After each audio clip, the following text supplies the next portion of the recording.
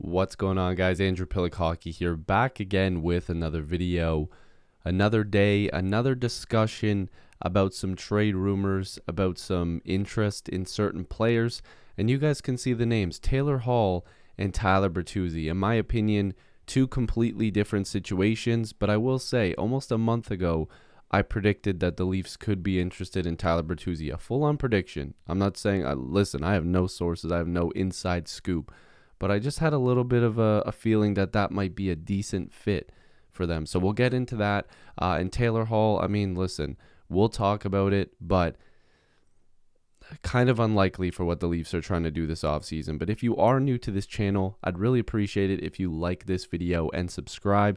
Thank you to all the new subscribers. I was saying a lot of people come back and they watch these videos, but they aren't subscribed. I would just greatly appreciate it. I'm trying to get to 10,000 and above that. We're trying to go as far as we can here. But I'd greatly appreciate your support by liking and subscribing. It does help me a lot.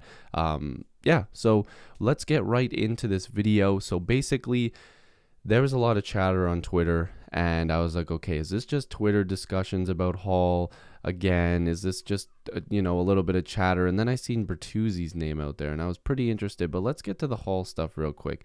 So Darren Dreger, and Dreger is close with Ferris, as we all know. We remember the Mitch Marner stuff, who's also represented by him. God, if I could speak. It's almost 9 p.m. and I'm talking like it's like 1 in the morning here.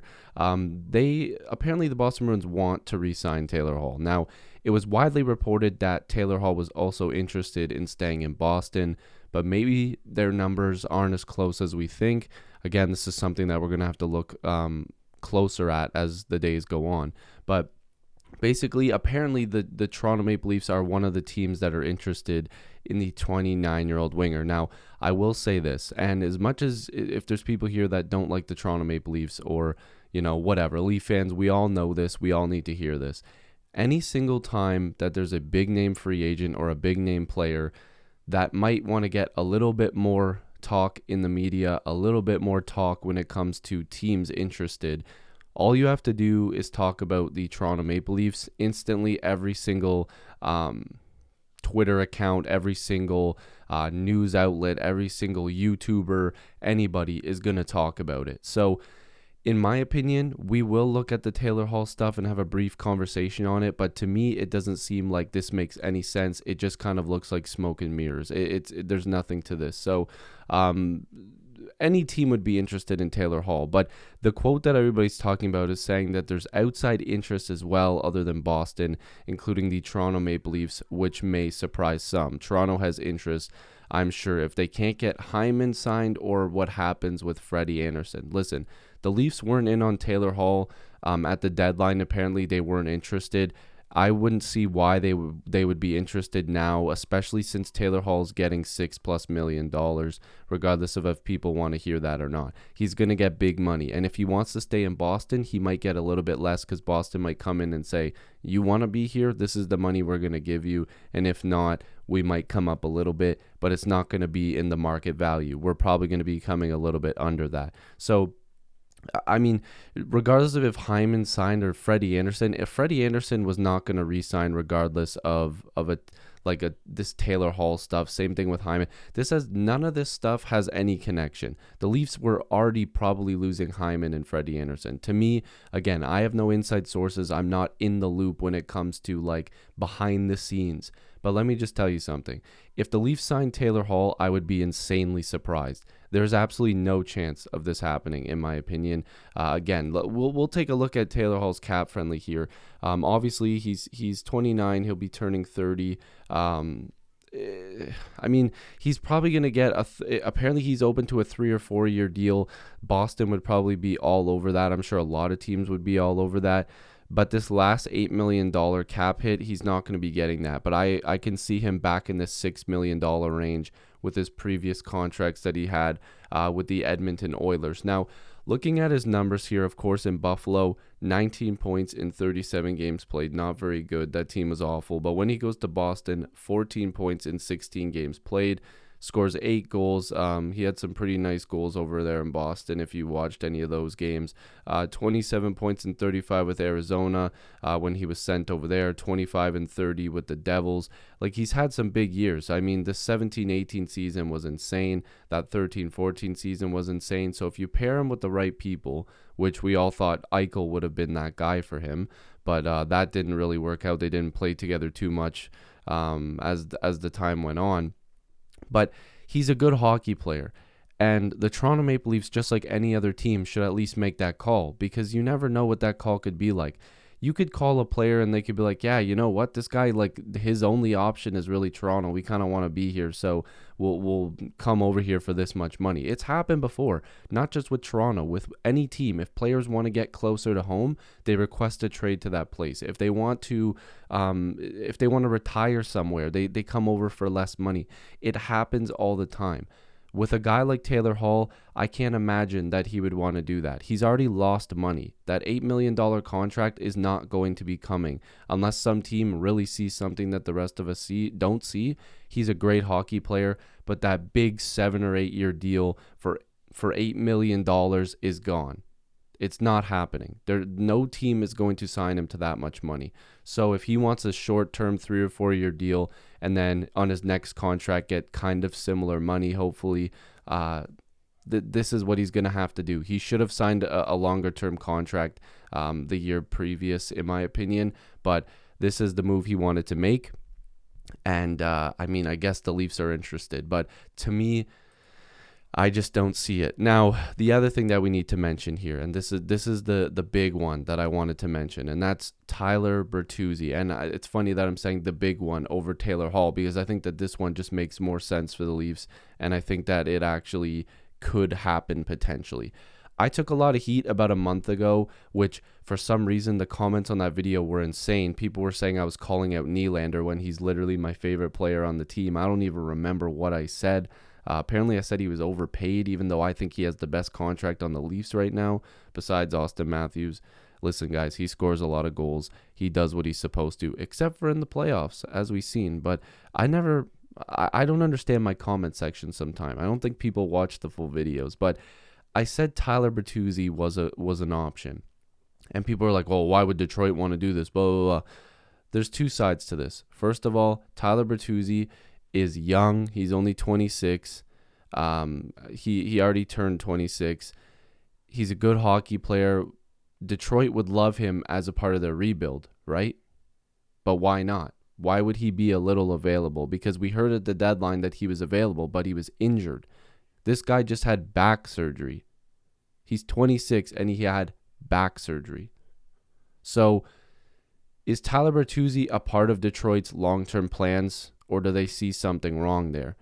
Is Toronto seeing something completely different? I have no idea. But the fact that Detroit wouldn't want to have a guy like this going forward in the rebuild would be a little puzzling to me, considering he's a really talented hockey player and he's fairly young. The guy plays a very good game. He actually went to the same high school as me. We had one class together. We didn't really talk. You know, it's kind of one of those things where they have their group, and of course they should. They're close. They're the team. The Guelph Storm was very close, but I've seen him play quite a bit. Let me just tell you, that guy's scrappy. He'll do whatever it takes to get the puck. He puts up points. He was a fan favorite, and in Detroit, it looks like he was playing really well. He looks like he was a fan favorite over there as well, but he had that back injury. So apparently, according to Elliot Friedman, the Leafs were available, or the Leafs were interested in him at the trade deadline. But again, that injury stuff probably wouldn't have made a lot of sense. Now, he is a restricted free agent. He's going to be going through arbitration. His last contract, he was getting paid $3.5 million. Now, you can see a 4. There's going to be a 4 there. It's going to be a $4 million contract. Now, the Toronto Maple Leafs could acquire his rights. And I'm not going to sit here and try to come up with the value of what it would cost, but you're looking at a really good prospect is going to be involved in that package. And then from there, you have to figure out if it's a roster player, a pick, or a combination of both. It's just what both sides see the value as. And Stevie Y is not going to let him go for nothing if there's going to be a trade. He's a good hockey player, and if he's going to recover properly from this injury, then the Leafs should be all over this if the price is right. Now, again, let's look at his numbers. He only played in 7 games this past season, or sorry, 9 games, but he had 7 points, which included 5 goals. 48 and 71 previously, 47 and 73. The guy can put up points. He's money in the bank for 40 plus points. And if the Leafs were to put him on one of their top 2 lines, which is what they would be doing, especially if you're going to pay over $4 million for this guy, he's going to put up points. He's going to give you production. And again, physicality, which the Leafs don't have a ton of, and young physicality. I'm not talking Wayne Simmons or Joe Thornton coming in and just being a little scrappy in the corners. The Leafs need younger, scrappier players that can fill voids. So Bertuzzi would make a ton of sense. But is he healed, first of all? And we all hope, regardless of if he's on the Leafs, the Red Wings, or whatever, we want him to be healthy because he's a good hockey player. And of course, he played for the Guelph Storm, so I like him. But they need him to be healthy, regardless of where he plays. And I wish him all the best. But that acquisition cost, the Leafs are already a little bit light when it comes to draft picks. How much is this going to cost them? Is it going to cost you a top prospect? What's this trade going to cost you? Now, another thing I want to bring up here, just real quick, is some of his other statistics. Like hits, he'll throw hits. He had 71 in 71 games last year, 76 before that. He'll block some shots. He does give away the puck a little bit, but when you have the puck on your stick more, you're going to give away the puck. Now, the reason I'm bringing up Zach Hyman here is because there's a bit of an age difference, right? If you're going to re-sign Hyman and he might come in more expensive, he's 29, a few years older. He does put up points, but the Leafs would probably be better off saving a little bit of money and signing a younger player if he's healthy. And even though I'd love to have Hyman, I'd love to have both, but I don't think it's going to work. So, I mean, you could try to fit Taylor Hall into this equation, especially if you lose Kerfoot to expansion in Seattle. You have about $12 million. Sure, you could put Taylor Hall here and then spend money here and get another defenseman, right? But if you get Bertuzzi, you're looking at over $4 million. So you slide him in here. You might trade an Engvall or a Mikheyev. So you have to figure out, you need another centerman. So maybe you get a guy like Granlund at 3.7. You need another goalie. Guys, there's a lot of work to be done here. But the Toronto Maple Leafs do have money to go out there and acquire good talent. It's just, what is that cost going to be? Does it make sense for them? These are questions that you guys can answer in the comments down below. I think that it would be worth it to get Bertuzzi if he's healthy. If not, it's a bit of a crapshoot.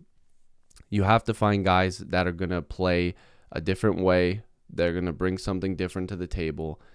And I think that Bertuzzi definitely brings a different element to this team. So I'll leave it up to you guys. You let me know if that makes a lot of sense to you guys. If not, just let me know. But again, liking and subscribing here would help me a ton. I'd really appreciate it. Thank you guys for watching. And yeah, let me know what you guys think. Hall, Bertuzzi, neither. Who is it going to be? I'll see you guys in the next video or stream, which maybe I might do a little one tomorrow. Peace.